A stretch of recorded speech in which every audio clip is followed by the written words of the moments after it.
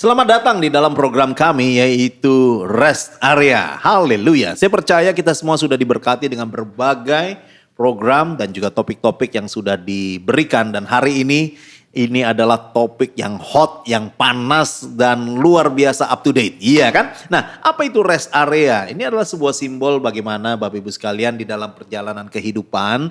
Tentunya kita membutuhkan yang namanya rehat, betul gak? Nah, disinilah program ini menyediakan sebuah perenungan sehingga apa yang sudah kita lakukan di belakang kita bisa menjadi punya waktu untuk flashback dan juga untuk mendapat kekuatan apa yang nanti kita akan kerjakan lagi ke depan.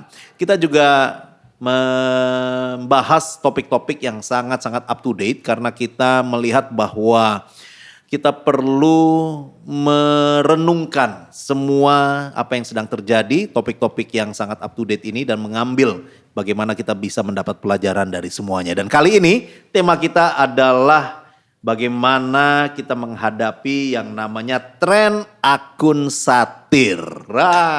Dan di tengah-tengah kita sudah ada narasumber-narasumber yang luar biasa dan menarik. Yang pertama yaitu adalah Bapak Petrus Ariel, seorang praktisi media. Bisa sambut dulu semuanya Pak Petrus. Shalom, shalom. Wow, apa kabar nih? Luar biasa. Gimana kesibukan? Mantap, mantap. Masih terus bikin konten ya? Sip. Dan juga di sebelahnya ada darah muda yang luar biasa menyala-nyala yaitu pastor, seorang hamba Tuhan yaitu Villano. Ya, shalom. Wih, shalom. Darah muda nih kayak dangdut ya. Nah, iya kan. Mau ambil pantun dulu? Oke, nah ini akan seru nih Bapak Ibu sekalian dan juga semua pemirsa yang ada di Rest Area. Kita akan punya buat waktu yang kita akan bahas yaitu mengenai satir. Nah, saya berikan prolog dulu bahwa satir itu bukan hal baru dalam peradaban manusia. Bahkan catatan saya menunjukkan bahwa dari tahun 1967 ada yang namanya Introduction to Satire. Jadi ini semua sebetulnya sebuah kritik ataupun sebuah suara atas segala sesuatu yang terjadi. Dan kritik ataupun masukan ataupun sebuah komentar itu dilakukan dengan cara yang humoris ataupun sesuatu yang ironis dan dilakukan dengan parodi, hiperbola, ya kan? Sehingga ini akan menjadi muncul. Sebetulnya tanpa satir hidup ini nggak seru, iya kan? Hidup ini jadi kayak flat aja gitu loh. Dengan satir inilah kita ada semeriwing-semeriwingnya. Betul kan? Ada pula roasting. Nah, jadi lain lagi tuh kalau roasting ya. Nah, roasting. Nah, ini menarik karena apa? Karena sekarang sosial media ini sudah jadi sasaran empuk. Semua orang bisa lempar sesuatu dengan satirnya masuk ke sosial media. Nah, sekarang bagaimana? Coba saya mungkin ke Pastor Villano dulu nih ya. Bagaimana seorang hamba Tuhan menghadapi cadaan-cadaan satir? Gitu, terhadap khususnya iman Kristen. Karena yang namanya satir itu ya justru mencandakan ataupun mengkritik sesuatu yang sudah doktrinal, sesuatu yang sudah fix dan kemudian diberikan komentar-komentar candaan. Nah, gimana? Ada pengalaman-pengalaman apa nih? Pastinya banyak ya kalau di kekristenan juga gitu. Cuman buat saya sebenarnya ngelihat satir itu pasti kita juga jadikan itu kesempatan untuk introspeksi diri. Karena pasti nggak ada asap tanpa api. Ya. Kan? Tapi memang kita juga harus bijak menyikapinya. Jadi ada hal-hal yang bisa kita introspeksi. Tapi juga kalau memang ada hal-hal yang perlu kita pertahankan, kita harus juga bisa mempertahankan itu. Misalnya udah masalah doktrin iman dan lain-lain gitu. Jadi bercanda sih boleh-boleh aja Pak. Cuman pasti ada level-level di mana yang kita tahu batasan-batasan bercandanya seperti apa. Dan ya itu sih mungkin jangan terlalu dibawa hati gitu. Jangan baper kalau buat saya. Nah, ini tadi ngomongin batasan nih. Kalau sosial media kan nggak ada jurinya, nggak ada periwitannya. Betul, nggak ada batasnya. Kan? Nah, nggak ada garis out in kan nggak ada. Tapi tiba-tiba langsung aja, wah penistaan. Misalkan contoh, itu kan yang sudah istilahnya offside-nya offside keblinger. Nah, baru ada penistaan atau bagaimana. Nah, kalau menurut karena Pastor Villano ini kan juga istilahnya masih betul-betul muda, ya kan, dengan gairah dan segalanya. Melihatnya gimana nih yang namanya garis yang tanpa kelihatan ini nih? Memang di sosial media sama kayak kita juga nih, nggak ada batasannya kan. Iya. Kita bisa ngomong juga di Apa sini. aja, iya, betul. Gitu. Semua bisa ngomong saat ini. Tapi sebenarnya ada batasan juga. Batasan hukum tuh ada. Hukum undang-undang tuh ada kan. Nah, tapi maksud saya jangan sampai ke hukumnya dulu gitu Iya, kan. tapi- Kalau udah hukum kan itu udah berat lah. Makanya nah, batasan, jadi yang lebih batasannya ada batasan moral kita sendiri. Ya. Etika misalnya kita, saya ngeledekin Pak Petrus nih. Ini kan balik lagi. Saya bisa aja, tapi batasannya ada. Atau batasan, jadi masing-masing orang tuh punya batasan sendiri kalau menurut saya gitu. Ada kayak semacam etikanya lah yang menjadi frame buat dia untuk supaya jangan sampai offside kalau di bola. Betul, itu dia. Gitu. Oke, yang sekarang terjadi kebanyakan sosial media itu sekali lagi banyak yang biasanya begini, offset enggaknya itu kan kayak misalkan Pak Petrus mungkin ya, dia bicara dalam koridor tertentu. Tetapi kan yang nonton belum tentu di koridor yang sama. Bisa saja belum orang- dipotong-potong, Pak. Nah, belum dipotong-potong lagi. Jangan-jangan kita Supaya buat dipotong nih naikin besok. juga. Nah, supaya jangan-jangan dipotong juga. Nah, jadi kan Pak Petrus nih yang praktisi media ini, mungkin satirnya itu dimengerti dalam sekelompok orang lah istilahnya. Lagi bercanda-bercanda, yang ngerti cuman Anda dan saya.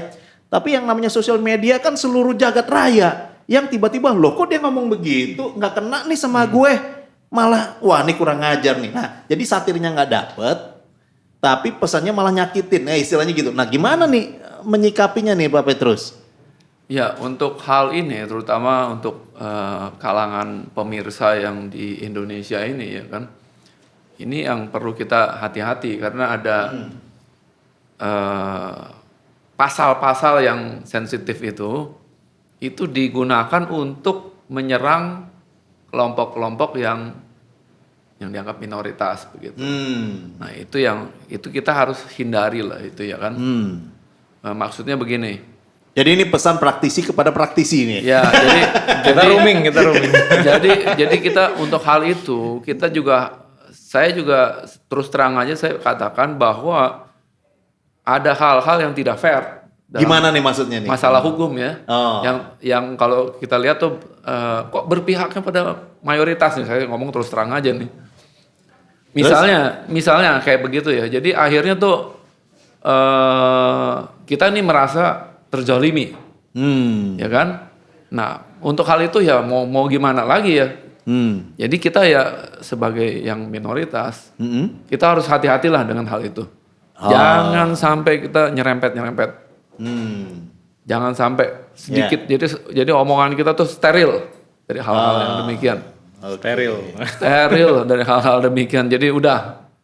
Tapi nyatanya kan justru yang berbalik nih yang terjadi di lapangan. Kan begitu iya, kan? itu. Iya, gimana nih? Makanya kadang-kadang begini. Kadang-kadang nih saya Kalau semua steril, subscriber nggak naik. enggak, tapi tetap itu kita harus Iya. bijak dalam mengelola itu. Meskipun nih ya ada kelompok yang berseberangan dengan kita nih dari kalangan lain itu mancing-mancing. Saya pernah kok dipancing-pancing gitu. Ya udahlah blok aja sudah beres sudah. Enggak usah diladenin. Karena kalau diladenin maka akan bertambah panjang. Ya kan? Pasti dia nyerang. Ah udahlah mendingan tutup aja, sumbat aja udah selesai. Gitu. Kalau saya ya untuk urusan itu ya. Ya. Nah, kalau yang untuk intern nih, yang intern ya. Intern misalnya ada yang bikin akun-akun satir atau apa gitu yang mengkritik atau apa ya ini nyambung ke Pak Villano nih.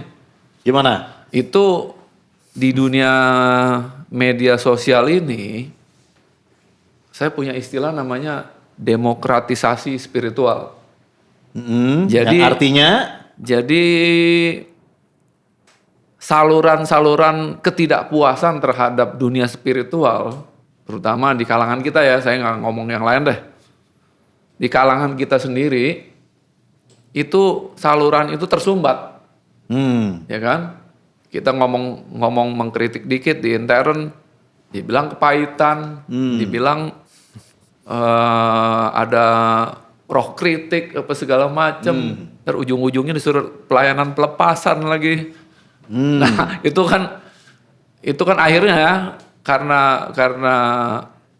saluran ini tersumbat, akhirnya muncullah akun-akun satir ini mengkritik si anu. Nah, kalau kayak gitu, kalau saya bilang harusnya para elit itu juga harusnya berkaca diri lah, kenapa muncul akun-akun yang begini. Jadi dari Pak Petrus ini sebetulnya satir ini sebetulnya hanyalah jamur tetapi ada akarnya. Nah, begitu. Ada akarnya Ya, ini. betul. Loh berarti memang satir berarti diperlukan dong. Gitu. Ya, apalagi untuk otokritik perlu. Iya perlu. Iya, Kan ada untuk- jalur-jalur yang perlu. tersumbat tadi katanya. Iya.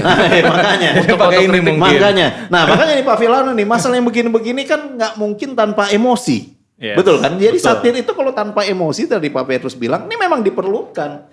Supaya ada saluran emosi tadi. Betul. Darah aja Ya. kalau penyumbatan kan repot ya enggak? Nah harus cari aluran lain. Nah bagaimana nih antara emosi dan juga yang tidak tersalurkan gimana nih?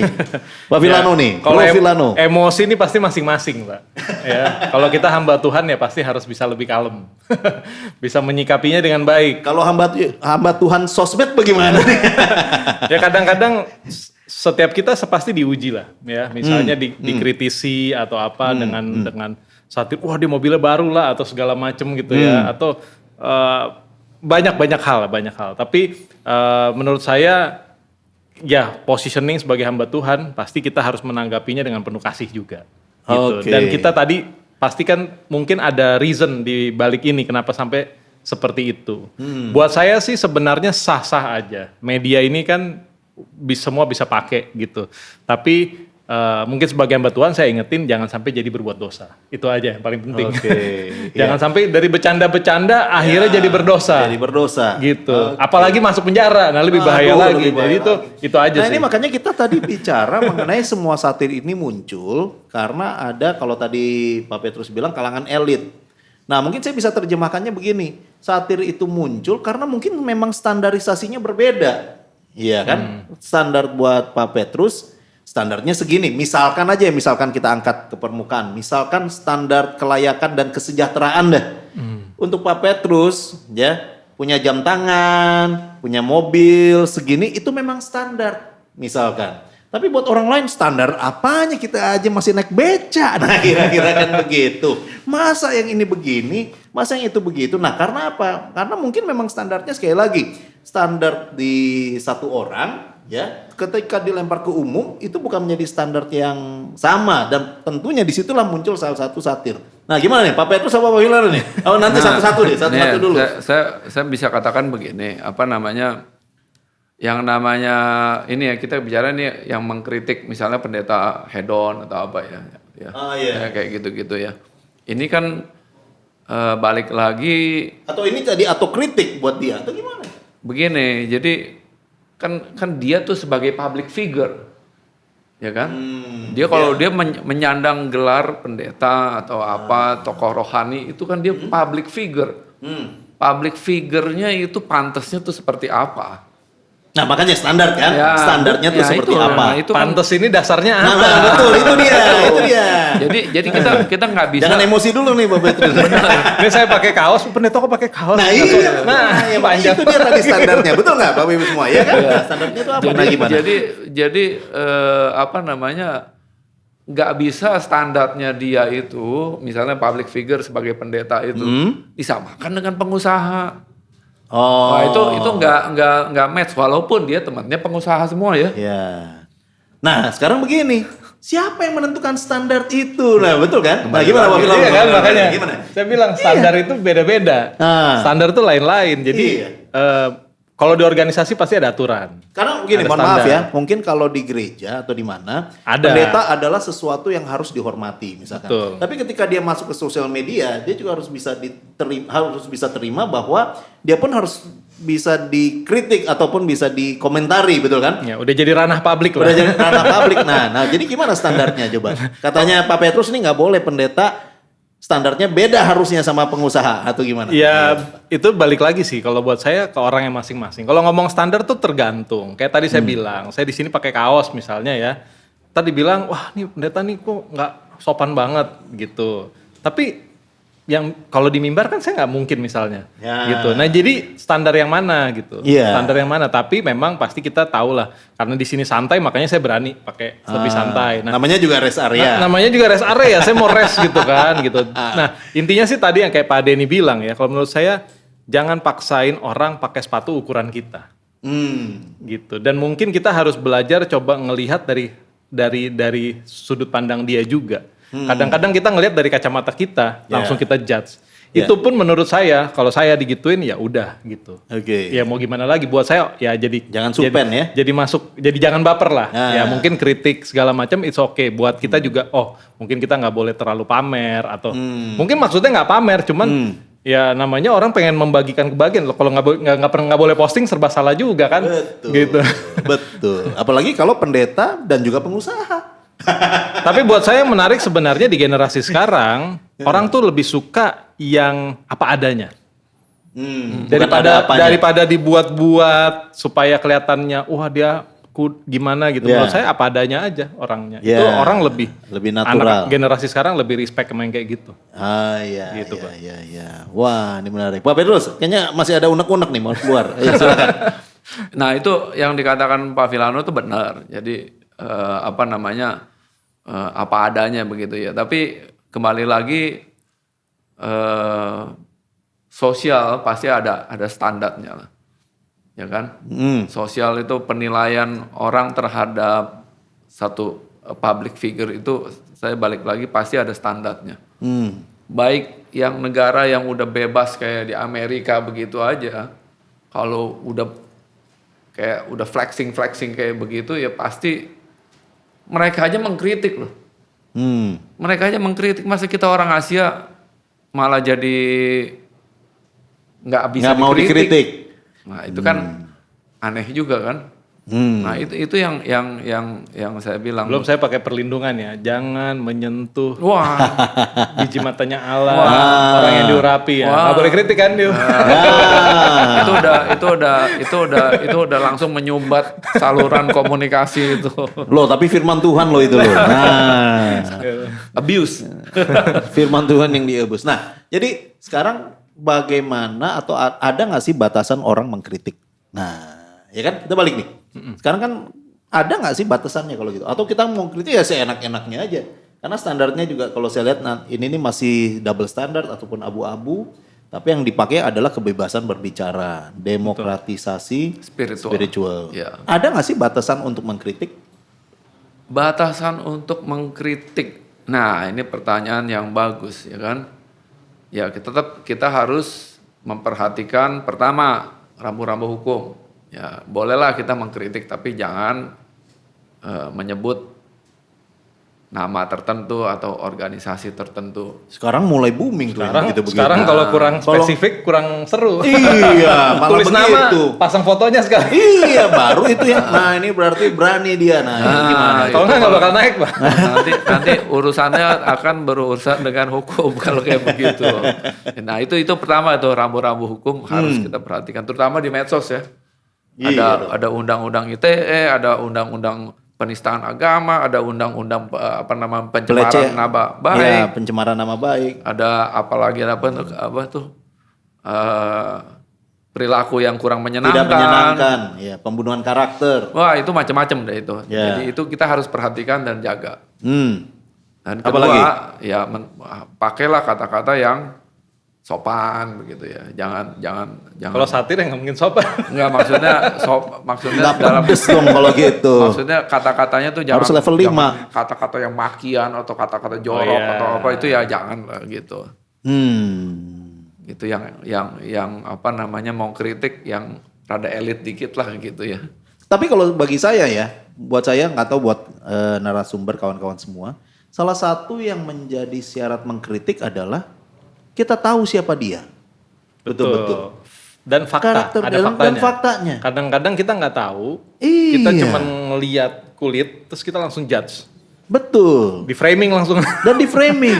Iya. Padahal kita istilahnya begini, nggak tahu dia itu siapa dalam arti kita juga nggak ada kaitannya dengan dia, ya kan? Kita hanya lihat dia dari jauh. Lalu kemudian kita mulai mengkritik dengan tanpa ada koneksi sedikit pun. Nah ini yang sering kali terjadi. Jadi lempar batu, sembunyi tangan, nah udah kabur aja. Nah banyak juga model-model begini. Gimana nih? Lempar bedak, Pak. Nah gimana nih model-model begini? Jadi kita beralih dulu nih untuk ke arah ke pengkritik. Atau mungkin memang haters memang diperlukan juga supaya Atau naik. Penyeimbang. Atau jangan-jangan kita bayar haters biar kita naik. Iya. Iya kan, bad news is good news, ada yang Iya. dijual. Nah, Kalau bagaimana? di dunia sosial media digital, ya apapun itu bisa jadi tren. Maksudnya tren yang sifatnya Trendsetter. negatif atau positif itu bisa naik. Nah, tinggal gimana cara kita menghandle-nya, gitu, menghadapinya. Banyaklah kejadian orang bikin salah, dimaki-maki, once dia doing something good, minta maaf or sampai beres, tapi kan dia udah populer. Udah populer dulu. Gitu. Jadi tergantung cara menanggapinya gitu. Itu bisa Rumah tangga juga dibikin rame dulu. Iya, Wah, ada bisa kasus terjadi. gini. Iya, Kalau jadi- enggak naik. Seperti itu sih menurut saya. Jadi tapi balik tadi saya suka statementnya Pak Denny tadi mengenai batasan ya. Kadang-kadang kita satir atau kita ngekritik orang, kita harus benar-benar satu motivasinya apa.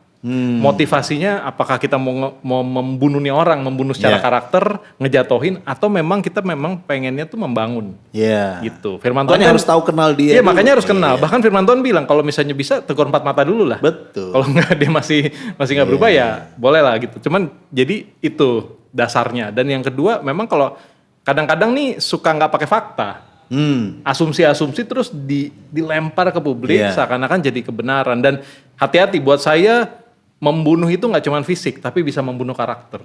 Nah ini buat saya hampir sama sebenarnya. Nah ini yang mungkin harus hati-hati. Tapi bukan berarti kita sebagai hamba Tuhan atau siapapun ya itu nggak bisa dikritik. Kalau saya sih ya Yesus aja ngalami siksaan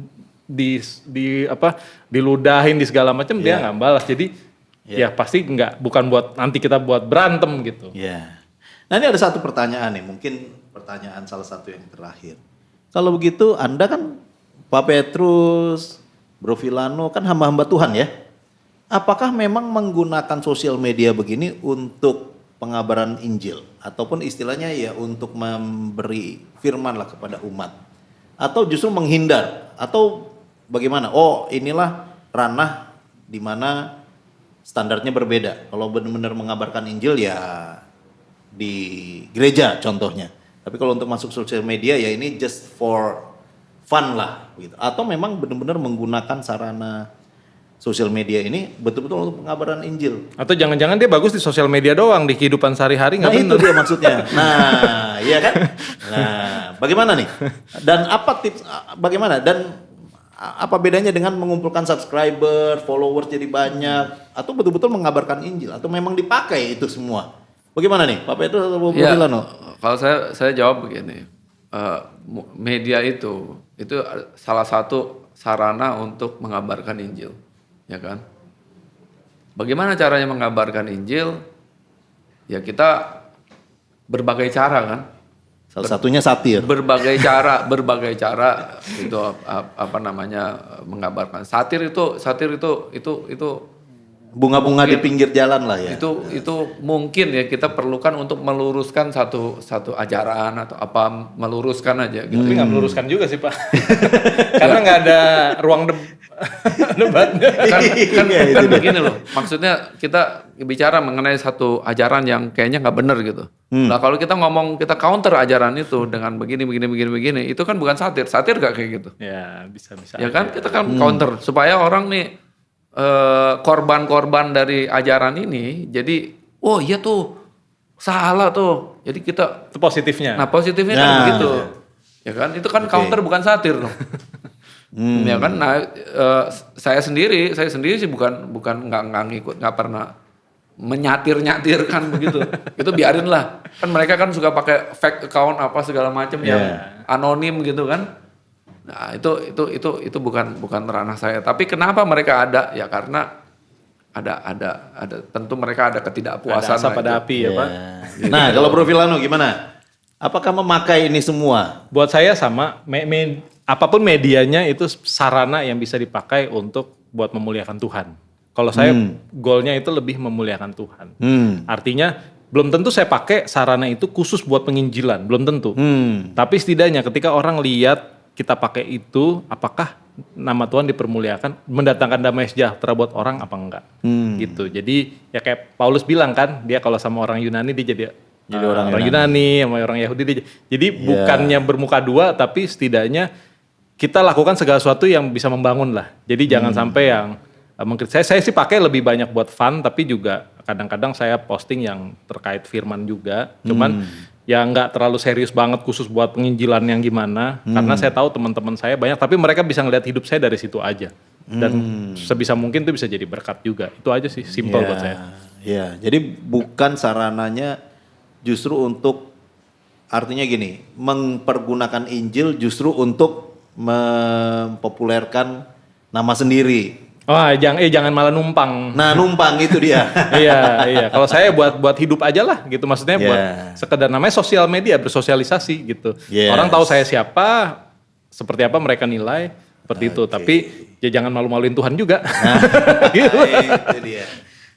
Pertanyaan terakhir. Jadi bagaimana nih kita nanggapi semua gejolak yang ada yang sudah sampai ke penistaan agama, jalur hukum. Nah, sebetulnya apa sih yang bisa kita ambil? Artinya begini, misalkan ada sesuatu yang benar-benar menusuk nih.